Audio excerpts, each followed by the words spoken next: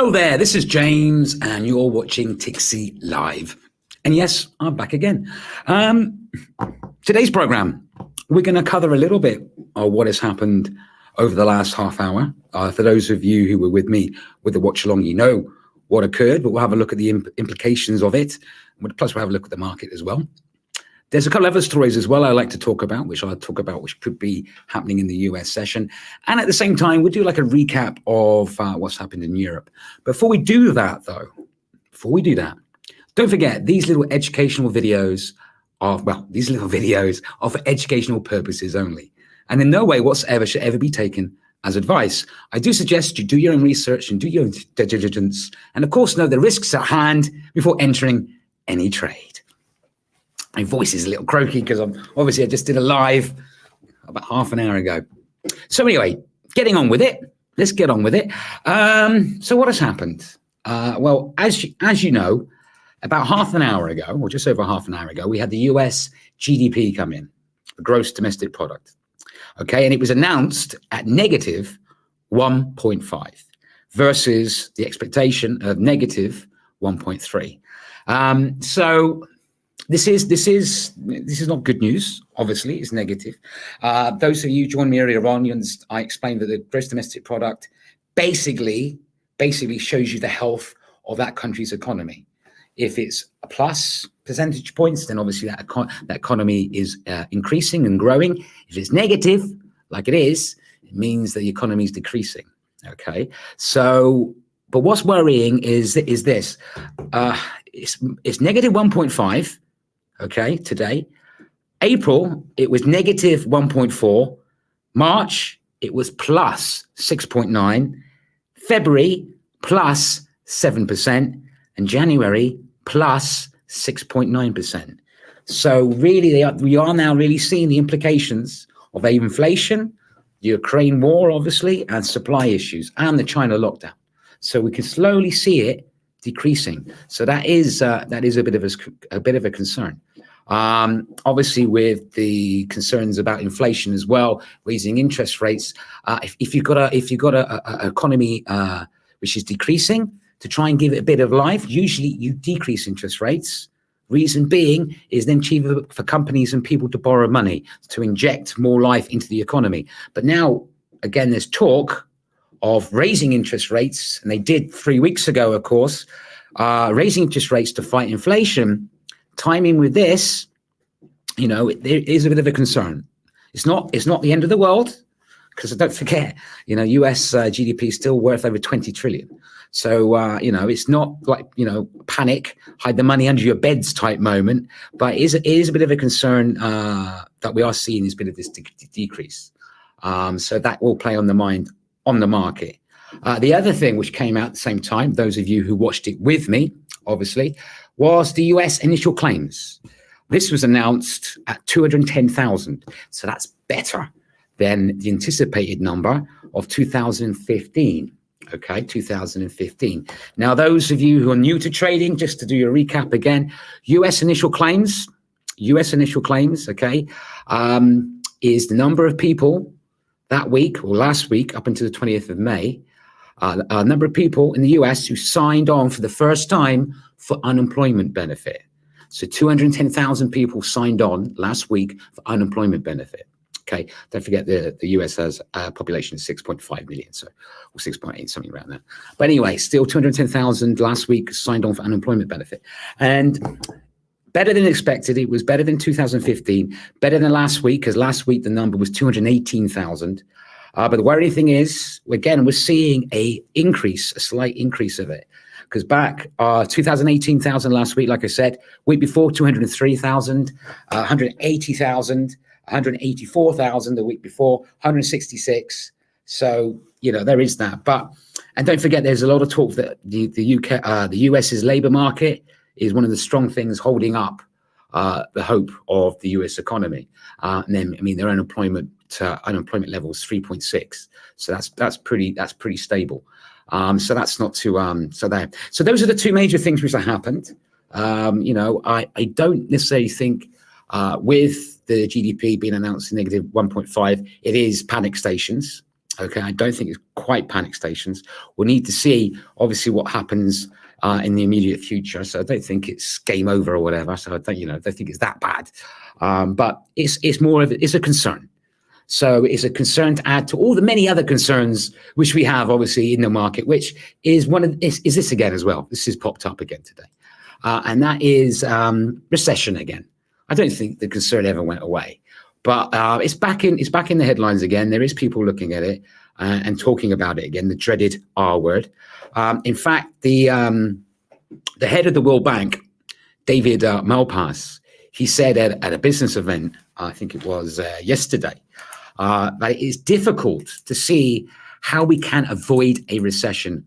And he was saying, due to obviously the rising costs of food, petrol, and things like that, and food shortages.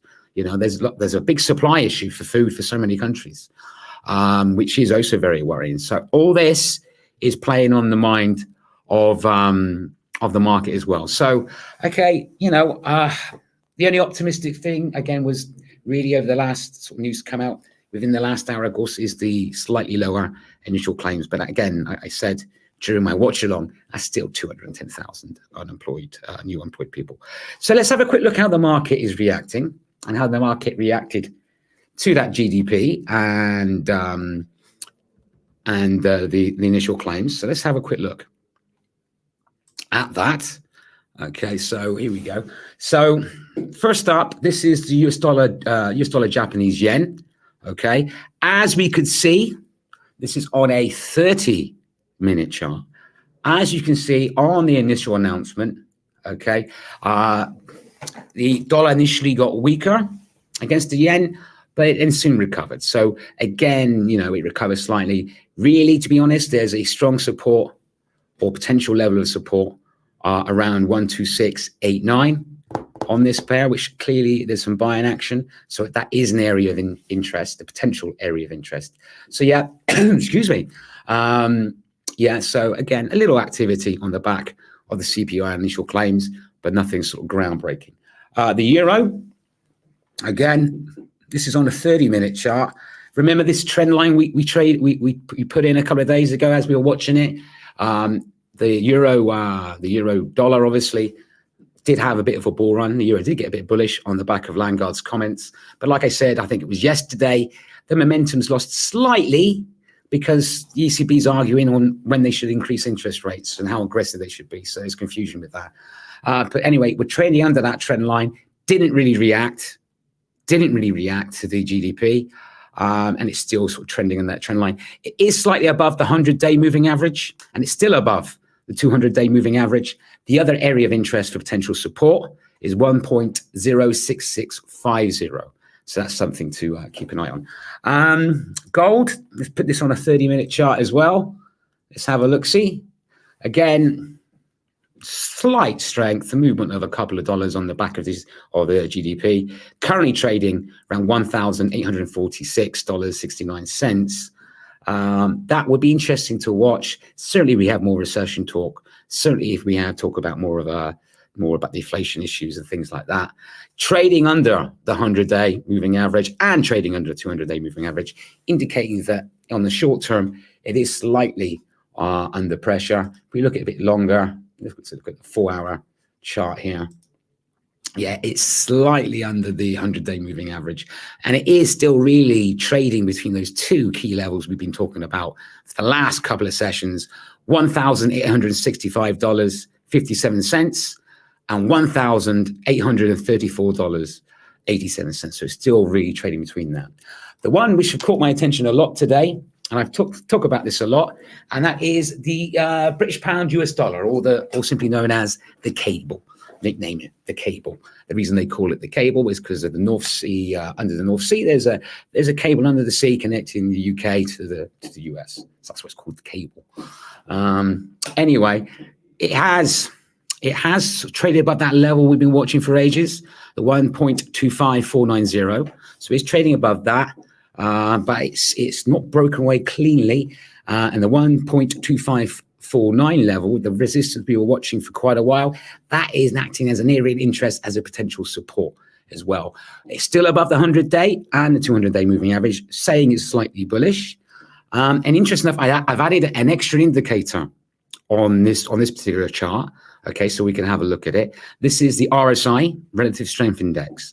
And many people use this indicator, okay, to try and tell if a asset is overbought or oversold.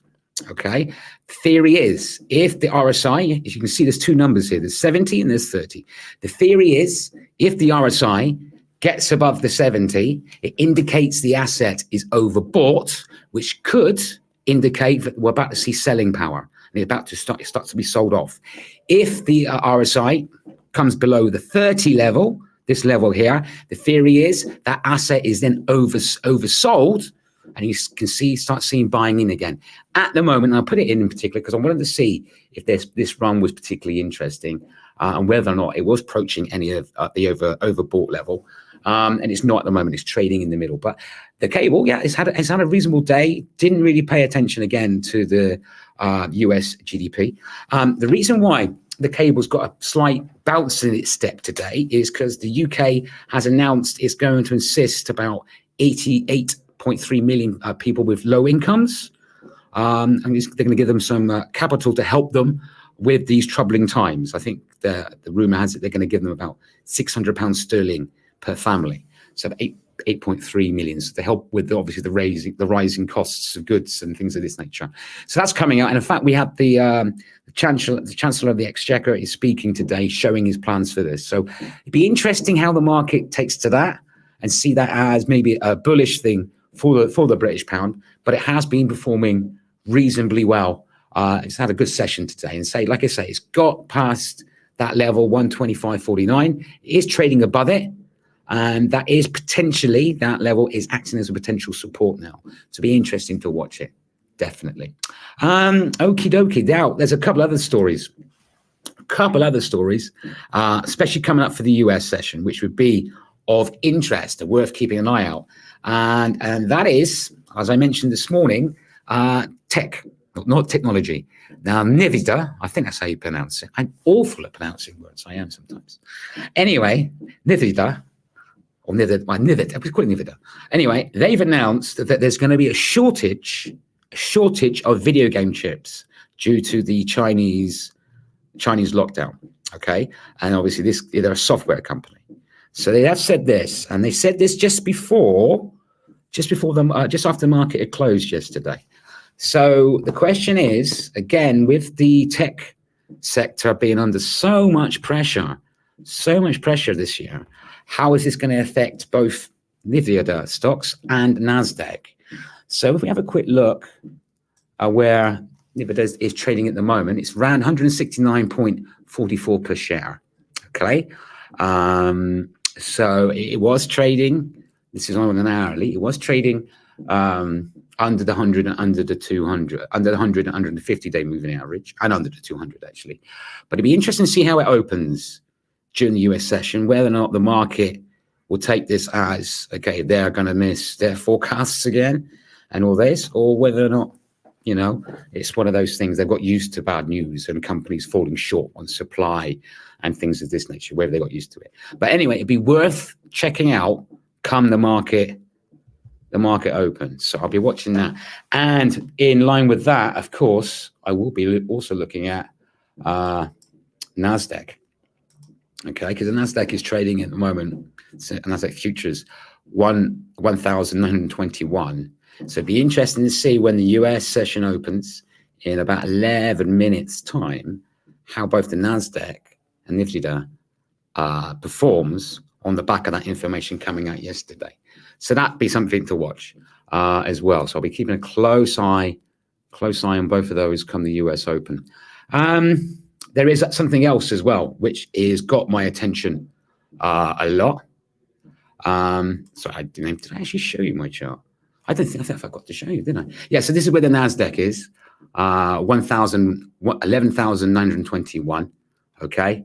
And this is where, again, trading just above the 100-day and 50. RSI is in the middle, so not indicating either oversold or overbought. So let's have a look again at this. I was too busy talking. I forgot to show my chart. There we go. This is the trading at 169.44 as it stands. So I'll be watching this and the NASDAQ very, very closely when the market opens. Okie doke. There is something else though.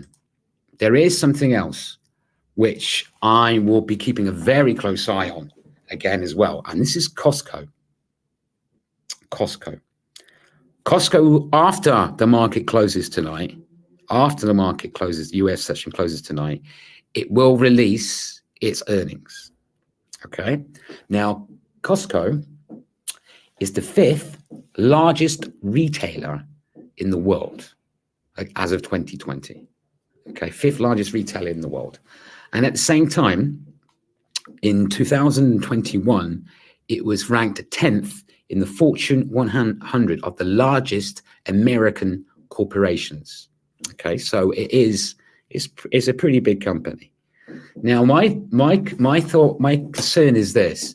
Last week, we had Target and Walmart both say their performance, their quality earnings was a lot lower than anticipated. On the back of that, obviously their share prices dropped on the back of that. But as well as that, the market got very, very scared, and we had a lot of risk off appetite.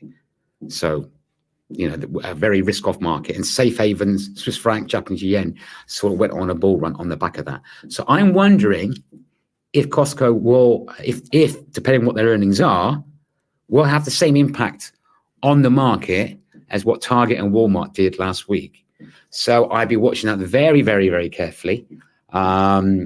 I really will, because I think that's going to be quite an interesting thing to see. And if we have a quick look at where they are at the moment, where is it? Here we go. Currently, it's trading is pre-market $439. Okay. So I'll be interested to see, maybe not so much today where it opens, okay, because the market might wait to the earnings, but it'd be interesting to see where it opens tomorrow. But I'd be more interested to see what the impact on the market would be, how the market will react to it. That I'm a lot more interested in. Okay, so that's something else I'll be keeping an eye on, and I think it'd be interesting to see how the market reacts to that tomorrow. During the European session, again, like I said this morning, it's very cautious optimism. As it stands at the moment, Euro Stock 50 trading at 0.70%. FTSE currently trading at 1.18%. And DAX 30 currently trading at 0.70%. So, pretty much close to where we were at the beginning this morning. So not an awful lot of drama or action with that there. Don't forget, you can ask me questions anytime you wish when I'm online. This is what I'm here for. And I would like to try and engage with some sort of interaction and conversation. Unfortunately, I missed a question yesterday. Just as I signed up, I spotted it by a nice gentleman. And his question was, where do I see the NFP next week? Very good question, brilliant question. My answer is I will answer that online sometime next week, okay, when we discuss the NFP. We'll do an NFP preview, and we'll go through all the information on the non-farm payroll next week, because don't forget, it's coming out next Friday. So that's a brilliant question. Thank you for that. And like I say, we'll do a special little part on one of the live episodes next week, maybe Thursday or Wednesday, a couple of days before the announcement. Probably do it Wednesday, actually, because the day ADP comes out as well. So we probably do it then. So I'll answer your question live then, but brilliant. I thank you very much for that question. If you do have questions after the broadcast, I'm not live, or maybe you're watching a recording of it, leave a comment below and tell the question in that. I will see it and I will answer it, definitely. Anyway, on that note, don't forget, I'll be back online again tomorrow at 11 my time, which will be 8 a.m. UTC, and then of course at 4 p.m. tomorrow, which again of course will be 1 p.m. in the afternoon for the US session. So we'll be doing 2 lives again back tomorrow. If you're watching me on Facebook and you like it, give us a follow. If you're watching me on YouTube and you like it, you can subscribe if you like. Click the notification button so you know next time I'm going live. If you found it enjoyable or insightful or useful, give me one of those. I'll smile. I'll give me a big smile on my face, that would.